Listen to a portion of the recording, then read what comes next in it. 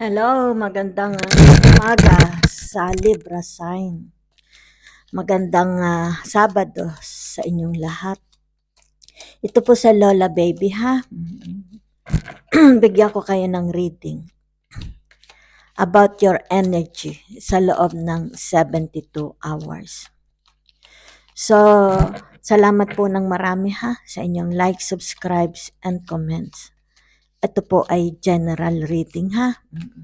So, tingnan natin, dear universe, ano po ang energy, message ninyo para sa ating mahal na Libra.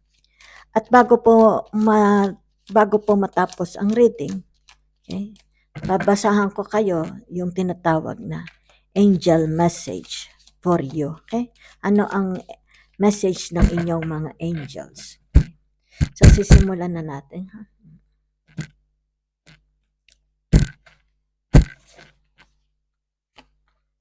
Yan, meron ditong 4 of Cups, 10 of Wands. Okay? At 6 of Pentacles. Okay? It's about your emotions. Okay? Yung inyong nararamdaman. Yan. So dito ang nakikita ko, it's about your career pamimera. Okay? Kumbaga, tinatawag na exhaustion dito sa inyong career. Itong taong ito'y nahihirapan, overburdened ha. Okay? Aaring ito'y nakalagay dito yung responsibilities. Baka napakalaki ng responsibilities niya. Okay? Yung sa kanyang family, kung sino man itong mga nakasurround sa kanya.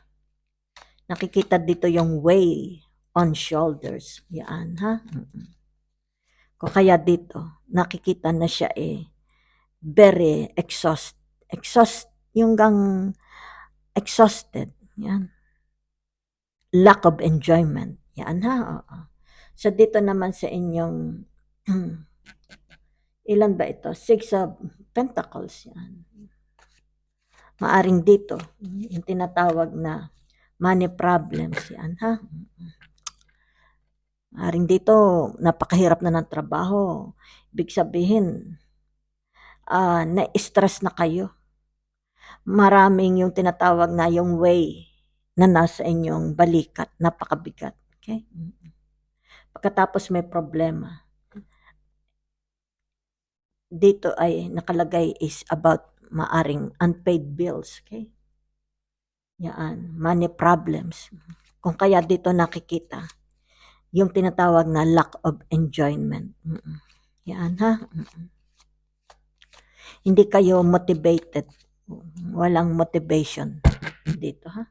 So it's about your nararamdaman dito sa inyong problema sa inyong pamimera ha. So tingnan natin.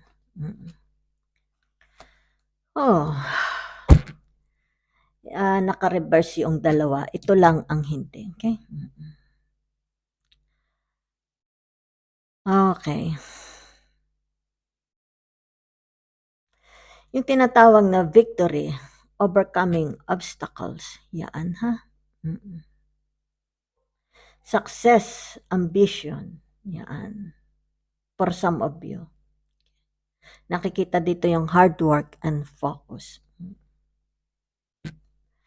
Dito, it's about your emotions. Nakikita yung unrequited love. Okay?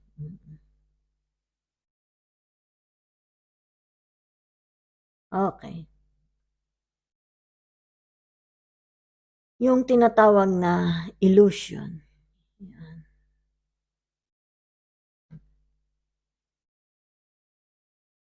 Meron ditong someone who is unconcerned with the feelings of others.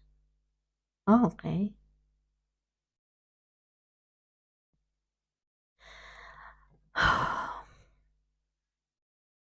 Ang nakikita ko lang ha, itong tao na ito, ay maaaring siya'y nagseselos. Okay. Dahil narito, someone who is unconcerned with the feelings of others. Yan. Maaaring siya ay merong hatred. Okay.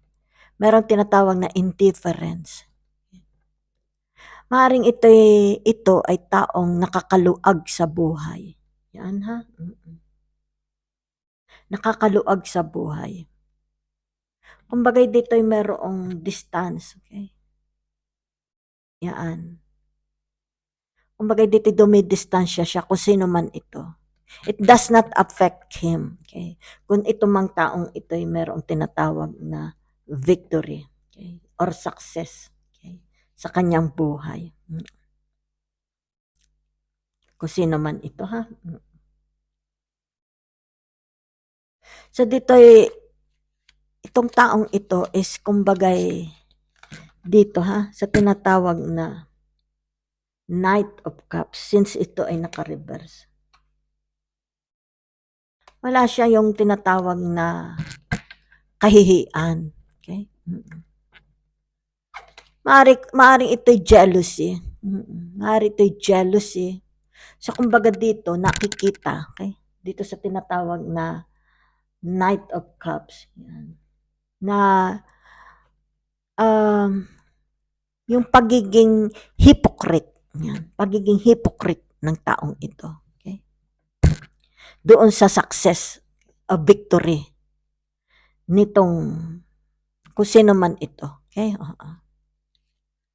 I record this is a kind of jealousy, hatred.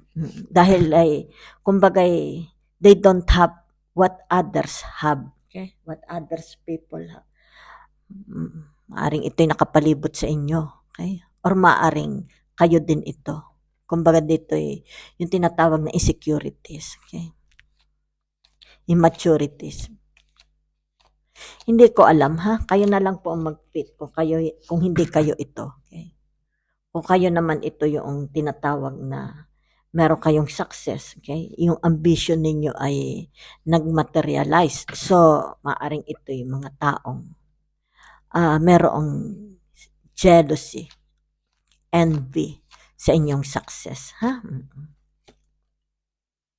So, naka-reverse uli. Dalawa.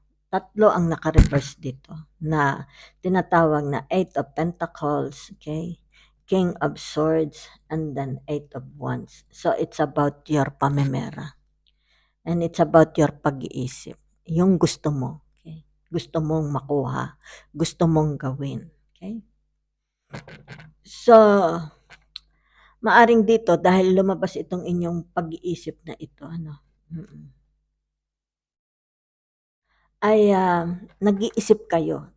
Dahil ang nakikita ko maaring itong trabaho ninyo is repetitive. Okay? Nakalagay kasi dito, repetitive or boring job. Yan ha. So, maaring for some of you, iiwan nyo itong trabaho na ito. Okay? Dahil nakikita ko ito isang tao na maaring nasa abroad siya. Yun lang nakikita ko sa intuition ko. So, kumbaga dito very boring na. Let's say, itong mystery person na ito is a OFW. Nakikita ko, mystery person is an OFW. Kumbaga dito masyado ng boring. Okay? Masyado ng boring itong trabaho sa kanya. So, yung kanyang thinking lumalabas dito. Okay? Kumbaga dito ang gusto niya ay tapusin na lang yung kanyang kontrata, umuwi na lang. Okay? Umuwi para tinatawag na bakasyon or holidays. Maaring hinihintay lang niya. Okay? Tinatapos lang niya yung kontrata niya at siya gustong-gusto na niyang umuwi. Itong mystery person na ito. Gustong-gusto niyang umuwi para magbakasyon. Kasi kumbaga very boring na sa kanya. Kumbaga everyday routine na sa kanya itong trabaho na ito. Ha?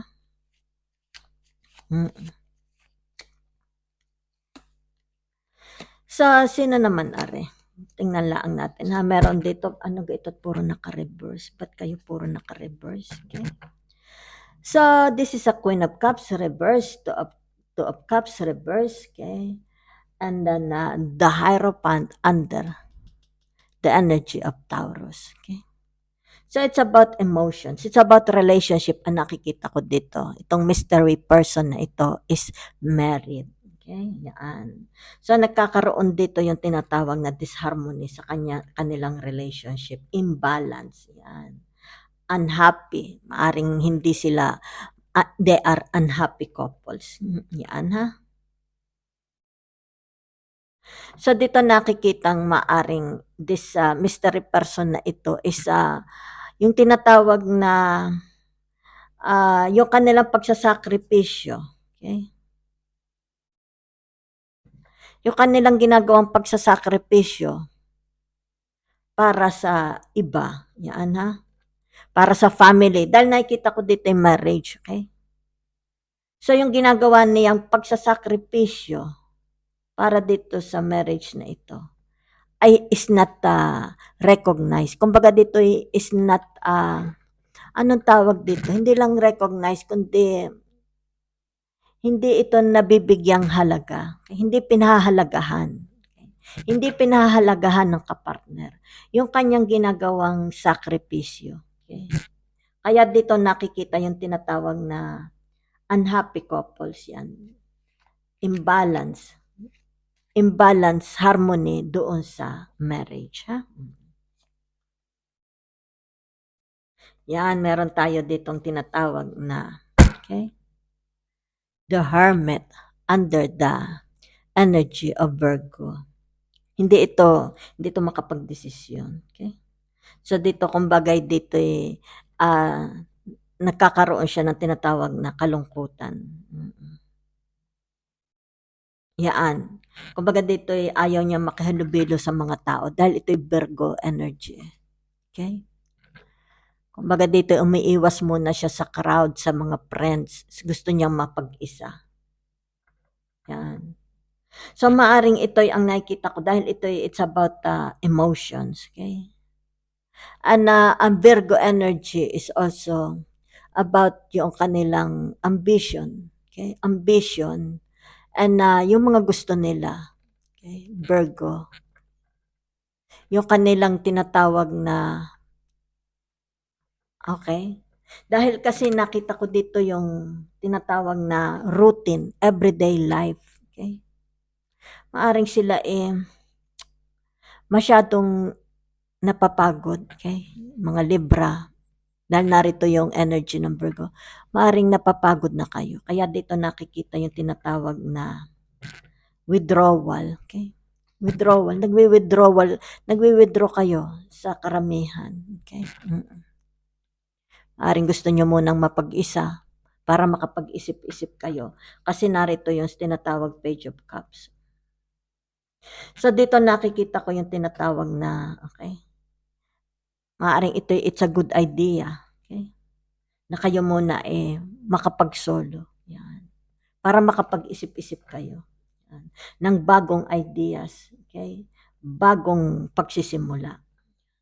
Maaring very routine na sa inyo yung tinatawag. Kasi dito sa kumbaga meron ditong kumbaga napapagod na sa kanilang trabaho. Dahil Virgo is more on upgrading. Yan na, Virgo. Gusto nila yung tinatawag na upgrade, i-upgrade yung kanilang, let's say, maaring ito ring occupation na ito, pero nga lang, mas iba-iba ang kanilang magiging task, okay? Maalwan. Maaring mas maalwan, o kaya very challenging, kumbaga dito yung nakikita hindi na challenging para dito sa taon na ito, yung kanyang ginagawa, okay? So kaya dito naroon yung tinatawag na withdrawal. Gusto niya muna mapag-isa para mapag-isip-isip niya ano ba talaga ang gusto niya sa buhay niya. Okay? So there is kung tawagin dito dahil narito yung Ace of Wands, a new beginning, yan. O kaya finding new passion. Yan di tama. Okay? Kumbaga dito yung maaring, okay, uwi muna ako lang mag-upgrade. Ibig sabihin maaring yung work na yun, ganun din, pero kumbaga dito ay mas exciting, okay? Punong-puno ng challenges, okay? Maaring itong trabaho ninyo, there is no more Kumbaga dito no more excitement. Yan. So, kumbaga dito nakikita yung kindness. Okay? Good idea. Ibig sabihin, ay di, um, kumbaga dito yung inyong emotions. Okay? Ayaw, ang nakikita ko dito, you want to be very kind. Okay? You want to be, yung tinatawag kasi yung emotions ninyo is, ang nakikita ko dito is very napapagod. So, kumbaga dito gusto nyo munang mapag-isa. Okay? You are praying. Kumbaga dito yung, gusto ninyong umakyat uli, ma-revive yung inyong tinatawag na happiness. Okay? Kaya dito nakikita, you are trying to be kind. Okay? Yung emotion ninyo, pinipix ninyo. Gusto ninyong bumalik uli, okay, ma-revive yung dating kayo, okay? Yung dating, kung sino kayo dati, masayahing tao, okay? So dito meron yung tinatawag good news, yan. Dahil maaring dito sa inyong pag-iisang ito, yan. Nakapag-decide na kayo, yan, nakapag-desisyon. Yan. Habang kayo ay nasa tahimik, nasa beast mode, yan. Kumbaga dito pati emotions ninyo, okay? You are trying to revive yung inyong old self na masayahin. Kung kaya dito, you are, kumbaga, you are accepting a new challenge, okay? Potential talent, yan, growth. Meron ditong action, travel, yan ha. So it's about, ang rating ko dito sa inyo, it's about more on your career, okay?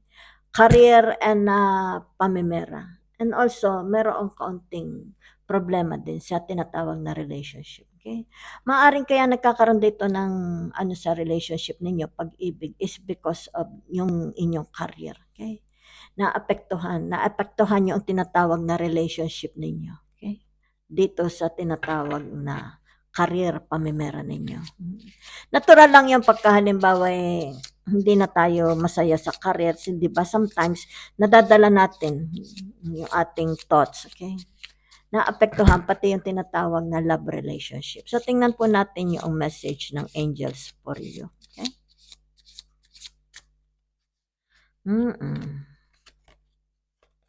Yan, Page of Raphael. Gentle, loving, dreamy, open-hearted. Bagay na bagay sa inyo. Yan ang message sa inyo ng inyong angels. A new emotional situation. Messages regarding relationships or social invitations. Great intuitive insights yan. So, kung ano itong mga napaplano ninyo, let's say, para maano kayo. Kumbaga, ang nakikita ko dito ay, I want to break free. Yan, okay, oo. So, ito, maganda, Kita nyo, gentle, loving, dreamy, open-hearted. Nagiging gentle na kayo muli sa inyong damdamin, sa inyong puso. Okay? Kumbaga, pinoprotektahan nyo uli yung inyong puso. Yan. Kasi kumbaga nakikita ko dito ay overloaded ang inyong pag-iisip, naaapektuhan pati yung inyong emotions, yan, pati inyong spirituality bumababa, okay? So, dito nakalagay a new emotional situation. So, dito maaring for some of you, tumaas na uli itong inyong gana sa buhay, yung appetite ninyo, yung inyong emotions. Kumbaga dito ay nagbalik sigla, okay? Messages regarding relationship or social invitation. So, dito makikita for some of you, magiging na kayo. Kumbaga dito ay magbabalik sigla. Okay? Kung halimbawa about family, may mga family kasayahan, makikita na uli yung pagiging masiglahin ninyo. Okay? Yung inyong participation, yan. So, makikita dito yung inyong energy na very social, yan, mapagkaibigan. Okay? Everybody likes you, everybody wants you, yan. So ano pa? The Emperor, Archangel Uriel. Stability and efficiency, taking charge of a situation, ambitious plans. Kita ninyo, di ba kanina yung reading ko? Kung masyado nahihirapan, yun kasi narito yung tinatawag na si The Hermit, okay? Naka-reverse, kung kaya dito nagkakaroon kayo ng loneliness dahil ay narito yung tinatawag na Virgo energy. It's about your everyday life. Kumbaga dito is napaparanoia na kayo. Yan.